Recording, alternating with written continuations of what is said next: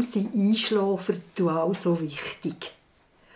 Viele Kinder haben Angst vor der Nacht, wenn es finster ist. Sie denken dann vielleicht, die Eltern sind fort. Und viele Kinder, das finde ich ganz spannend, sie sehen sich selber ja nicht zu schlafen. Und wenn man zu einem Kleinen sagt, machst du jetzt Nina, gehst du schlafen, dann machen sie so. Und die schnüffeln und machen so. Das ist irgendwie ein ganzes altes Wissen, das in den Kindern drin ist. Und der Sokrates hat zum Beispiel schon gesagt, der Schlaf ist der kleine Bruder vom Tod. Also in vielen mystischen Geschichten gehen die Leute mit der Seele, wenn sie schlafen, aus dem Körper in die Traumwelt. Und irgendwie, weil die Kinder, die Kleinen, am Geistigen noch viel näher sind, spüren die das und wegen dem brauchen sie so viel Sicherheit und Einschlafritual geben Sicherheit.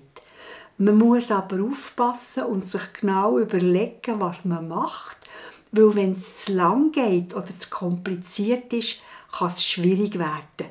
Ich weiss von einem Fall, da hat der Mann eine Geschäftsreise machen und die Mutter war hochschwanger und der Vater hat das Kind, ein 3-jähriges, immer vor dem Schlafen auf einen Kasten hochgelüpft und hat dann nachher ein bisschen gecheckert mit ihm und es wieder runtergenommen.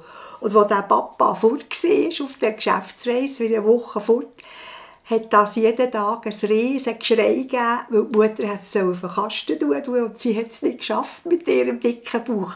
Also man muss sich ein bisschen überlegen, was man macht auf einen anderen Weg, wenn ein Baby einmal verschwindet, das dazugehört. Dann heisst das, nur das Kind hat ja gelernt, was Liebe ist, was gern haben ist. Also wenn das Kind nicht brüllt, wenn es sein Lieblingsbaby nicht mehr findet, dann stimmt nämlich etwas nicht. Man kann es auch so anschauen. Ich habe euch ein paar Sachen zusammengestellt und mir so überlegt, was wichtig ist. Also vor allem, wenn man ins Bett geht, vor dem ins Bett gehen, sollte man nicht wilde Spiele machen, also nicht Fangis machen oder Horrorgeschichten erzählen, weil das ist nicht gut. Man sollte langsam oben runterfahren. Und für ein Einschlafritual, das fängt eigentlich schon an beim Abziehen, beim Zähneputzen, beim Bettchen anlegen. Und dann kann man dann sagen, jetzt, wenn ich im Bett bin, dann komme ich und dann erzähle ich zum Beispiel eine Geschichte. Und die Geschichte darf auch nicht lang sein, so 3 bis 5 Minuten, das reicht. Oder man kann zusammen ein Bilderbuch anschauen, das ist auch gut. Und was gut ist für Kinder zum Beispiel, ist auch ein Musikdöschen laufen. Oder dass man vielleicht sogar eine Laterne hat mit einem Kerzchen drin, wo so ein schöne schattenfarbige Schatten macht an die Wände. Oder ein Sternenzelt. Also man kann so wie ein Zelt machen mit, über dem Bett, so wie ein Himmelbett. Und dort hat es ein Sternchen dran. Dann können die Kinder raufschauen und sich vorstellen, es kommen jetzt alle Engel und zu ihnen schauen und sie behüten in der Nacht.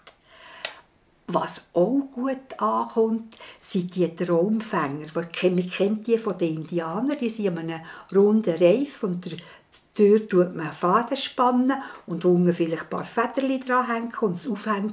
Und dann sagt man dem Kind, der Traumfänger, der tut alle bösen Träume gerade bremsen. Die können nicht zu dir, du träumst nur schöne Sachen. Und kleine Kinder sind im magischen Alter, die glauben das, die brauchen das hilft ihnen, dass sie Vertrauen haben und eben gut überschlafen in die Nacht. Was auch gut helfen kann, ist Lavendel beruhigen. Wenn man getrockneten Lavendel hat und den in ein Leinensäckchen rein tut und es gut zumachen, nicht, dass sie nachher noch Säumchen die Nase stossen und grübeln. Es muss gut vermacht sein. Dann kann man es unter das Kopfkissen tun und dem Kind sagen, das duftet jetzt so gut, das bringt dir feine Träumchen. Und nachher schlafen sie ganz gut ein. Das beruhigen. Aber das Wichtigste, was eigentlich in allen Haushaltungen gebraucht wird, ist ein Stoffnuscheli. Also wir kennen das, sind auch manchmal Windeln und heisst einfach so und schmecken so dran. Und wenn man das hat, ist es gut, wenn man 2, 3 Nuscheli im Umlauf hat, weil unsere jüngere Tochter, die hat immer geschrauen wie am Spiess, wenn eins aus der frischen Wäsche gekommen ist und nach Wäschpulver geschmeckt hat, weil sie das nach ihr geschmeckt hat. Das ist also ein guter Trick. 2, 3 im Umlauf haben, dann kann man gerne eins wieder waschen.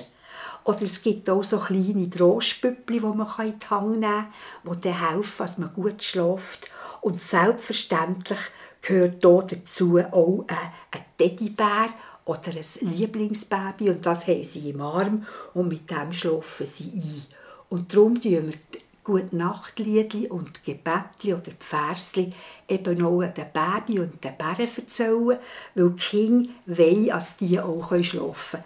Meine ältere Tochter hat mit 2 auf dem Klavier haben wir an der Weihnachten Krippen aufgestellt. Und dann musste ich sie aufs Klavier stellen und dann hat sie gerne gesagt, das Boden betten. Und dann haben wir jede Figur vom Krippli ablegen und jedes Mal ein Lied singen, für dass die auch gut schlafen können. Also es kann dann sein, dass nachher auch an einem Auto oder an einem Velöli etwas gesungen wird, für das kann gut schlafen, und für die Kinder lebt alles.